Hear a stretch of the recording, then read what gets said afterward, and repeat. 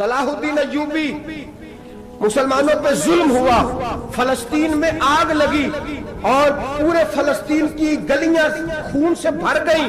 ایک دن کے اندر 70,000 مسلمان قتل ہوا۔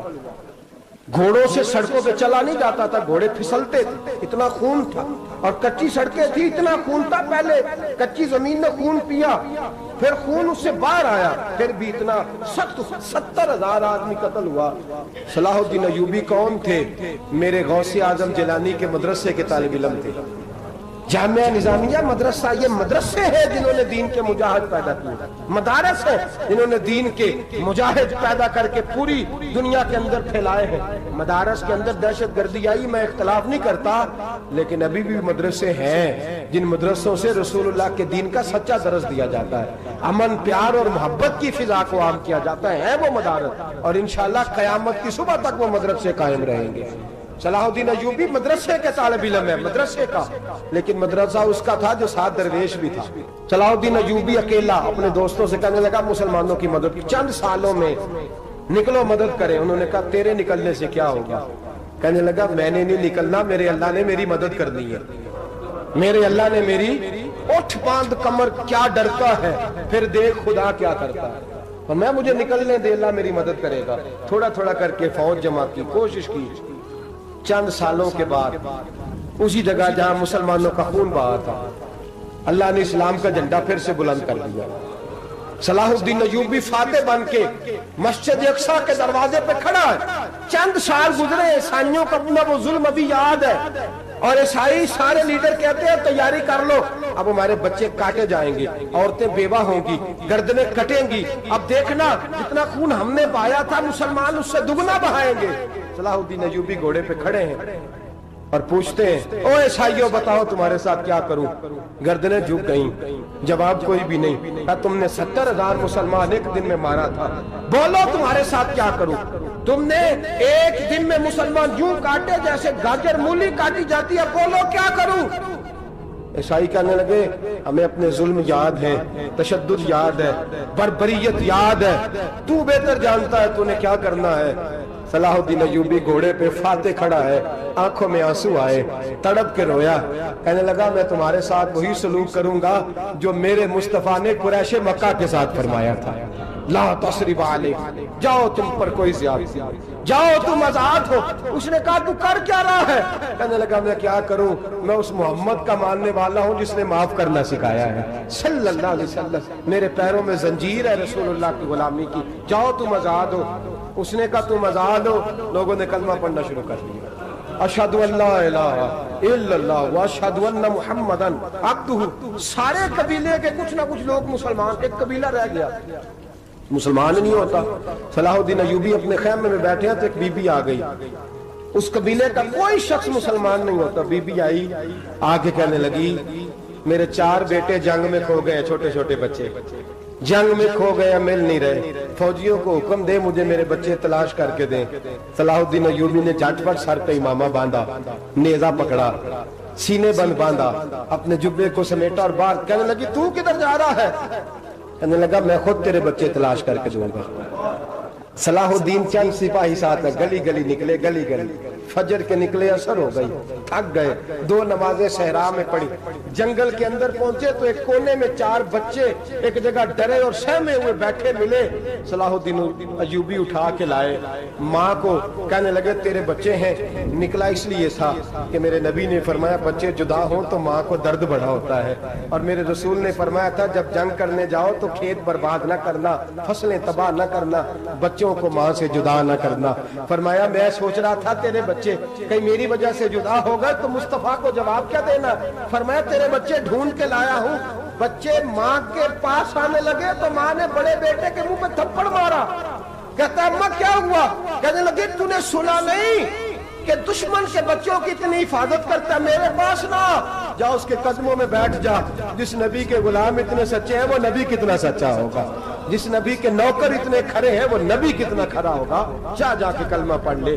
مسلمانوں کی نا ایک تعداد لڑتے لڑتے دور چلے گئی، تاتاریوں نے قید کر لیا۔ 4 مسلمان تھے، تبلیغ کرنے گئے، جنگ کرنے گئے، جہاد کرتے کرتے کافروں سے لڑتے تاتاری قوم میں چلے گئے، وہاں قید کر لیے گئے تو سزائے موت کا حکم ہوا۔ 4 بزرگ تھے، سزائے موت کا حکم ہوا تو تاتاری بادشاہ جو تھا وہ بڑا خلاف تھا، بڑا سخت مخالف تھا مسلمانوں کے۔ اس نے کہا کہ ان کو جب پھانسی دینا نا مسلمانوں کو تو میرے سامنے دینا۔ اب 4 عالم ہیں، 4 صوفی ہیں، سفید داڑیاں، سر پہ امامے۔ پھانسی کا وقت آیا تو جو پھانسی گھاٹ ہے وہ ایک ہے، چاروں کو کٹھے پھانسی نہیں ہو سکتی۔ ایک کو کہا کہ ایک ایک کر کے ان کو پھانسی دو۔ جب پھانسی کا وقت آیا نا تو جو سب سے پیچھے صوفی تھے وہ دوڑ کے آگے آئے، کہنے لگے بادشاہ پہلی باری میری لگا پہلی۔ اب بادشاہ نے کہا ٹھیک ہے اسے لٹکا دو۔ وہ قریب آئے تو دوسرے دوڑ آئے، کہنے لگے نہیں پہلی باری میں نے زیادہ کافر قتل کیے، میرا بڑا جرم ہے، مجھے پہلے سزا دو۔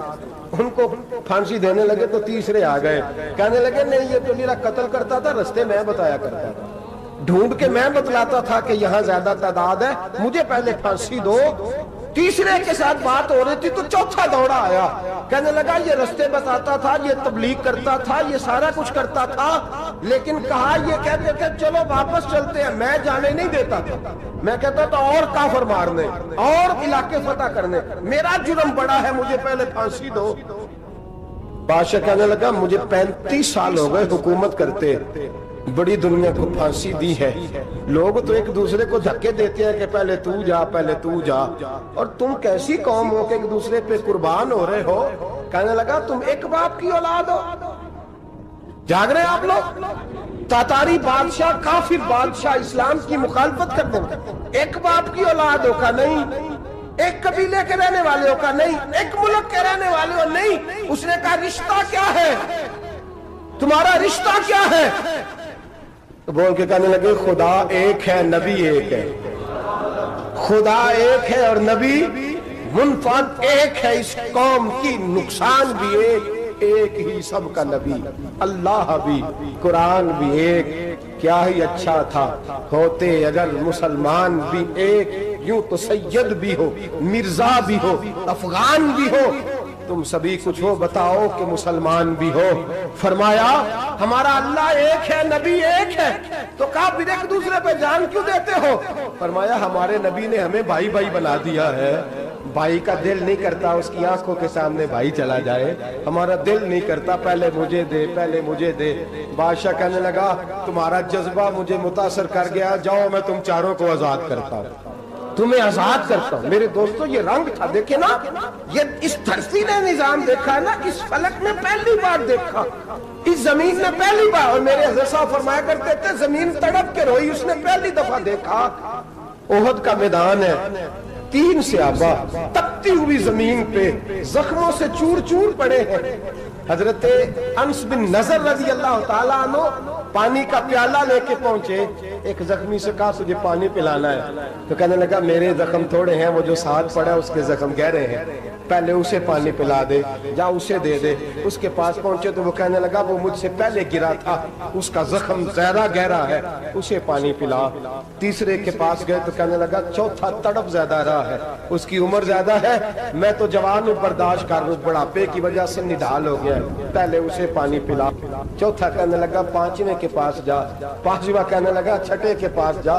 حضرت انس بن نضر کہتے میں رو پڑا، میں نے کہا محمد کے غلاموں، رسول نے تمہیں کیسا جذبہ دے دیا ہے، زبانیں پیاس سے باہر ہے لیکن تمہاری اخوت مرتے دم تک قائم ہے۔ کہتے میں 7ویں کے پاس گیا تو کہنے لگا اگر 6 قربانی دے سکتے ہیں تو مجھے خود غرض نہ سمجھ، میں نے نہیں پانی پینا، جا پہلے کے پاس لے جا۔ کہتے میں پہلے کے پاس آیا تو روح پرواز کر گئی، دوسرے کے پاس آیا تو روح پرواز کر گئی، میں 7ویں تک آیا تو انتقال کر گئے۔ کہتے ہیں پانی کا پیالہ میں نے اٹھایا اور میں نے زمین پہ رکھا تو میں نے کہا پانی کھوا رہنا، محمد کے غلام مر تو جاتے ہیں پر ایک دوسرے کا خیال بڑا رکھا کرتے ہیں، گھوا رہنا یہ مر جایا کرتے لیکن ایک دوسرے کا درد۔ میرے دوستو لٹا ہوا برما، روتے ہوئے مسلمان، سسکیاں اور آہیں لیتی ہوئی مائیں پوچھتی ہیں اے خاصا اے خاصان رسول، وقت دعا ہے، امت پہ تیری آ کے عجب وقت پڑا ہے، وہ دین جو بڑی شان سے نکلا تھا وطن سے، پردیس میں وہ دین آج غریب الغربا ہے۔ فریاد ہے اے کشتی امت کے نگہباں، بیڑا یہ تباہی کے قریب آن لگا ہے۔ اور کیا خوبصورت جملے کہے تھے کہ نبی پاک صلی اللہ علیہ وسلم نے، حضور نے فرمایا تھا میرا مومن ایک جان کی طرح ہوتا ہے، ایک جان کی طرح ہوتا ہے، ایک کو تکلیف ہو جسم کے ایک حصے کو، سارا حصہ پریشان ہوتا ہے۔ فرمایا یہ ایک مکان کی طرح ہے، ایک اینٹ دوسری اینٹ کو مضبوط کرتی ہے۔ فرمایا یہ مضبوط لوگ ہیں، یہ مضبوط لوگ۔ حضرت عمر فاروق کا زمانہ ہے، ایک آدمی نے سیری بھیج دی ایک گھر میں بطور تحفہ، قحط کا زمانہ تھا، گوشت ملتا نہیں تھا، جانور، ایک آدمی نے سیری بھیج دی ایک آدمی کے گھر میں۔ اس نے کیا کیا؟ اس نے اپنی بیوی سے کہا ہماری تو خیر ہے، ساتھ والا پڑوسی زیادہ غریب ہے، ادھر نہ بھیج دیں، یہاں گندم امیر شہر کی ہوتی رہی خراب اور بچی کسی فقیر کی فاقوں سے مر گئی۔ کہا ساتھ والے پڑوسی کے گھر سے میں کئی دنوں سے بھوک کی آوازیں، وہاں بھیج دے۔ اس کے گھر گئی تو اس کی بیوی شوہر کو مشورہ دیتی ہے، کہتی ہے میرے بچے تو دلیر ہیں، ساتھ والے کے چھوٹے ہیں، وہ گزارا نہیں، ادھر نہ بھیج دیں۔ ادھر گئی۔ ایک روایت ہے 7 گھر، ایک روایت ہے 21 گھر۔ 21 گھروں میں گھومتی ہوئی وہ سری پھر پہلے کے گھر میں آ گئی، اور پہلا صحابی کہنے لگا صرف تو نے ہی محمد کا کلمہ نہیں پڑھا، باقی 20 نے بھی پڑھا ہوا ہے، صرف تو نے ہی رسول اللہ سے یہ درس نہیں لیا، باقیوں نے بھی لیا ہے، اور صرف تیرے اندر ہی جذبہ اظہار نہیں، تو ہی صرف مسلمانوں سے پیار نہیں کرتی، سارے ہی پیار کرتے ہیں۔ وہ سری پھر آ گئی ہے، اب کیا کرنا ہے؟ اب کیا کرنا ہے؟ امام نبوی نے لکھا ہے، وہ کہنے لگی کرنا کیا ہے؟ پکاؤں گی میں اور کھائیں گے 21 گھر، پھر بھی اکیلے نہیں کھائیں گے، پکاؤں گی میں اور کھائیں گے 21 گھروں کے مطابق شوربہ پکا، اور پھر برتن میں ڈال کے وہ بی بی ایک گھر کا دروازہ کھٹکھٹاتی ہے، کہتی ہے مصطفیٰ کے غلاموں نکلو باہر اور کھاؤ، اس لیے کہ جس نبی نے مجھے پیار کا حکم دیا اسی نے تمہیں بھی پیار کرنا سکھایا ہے، یہ رنگ چشم فلک نے سکھایا ہے۔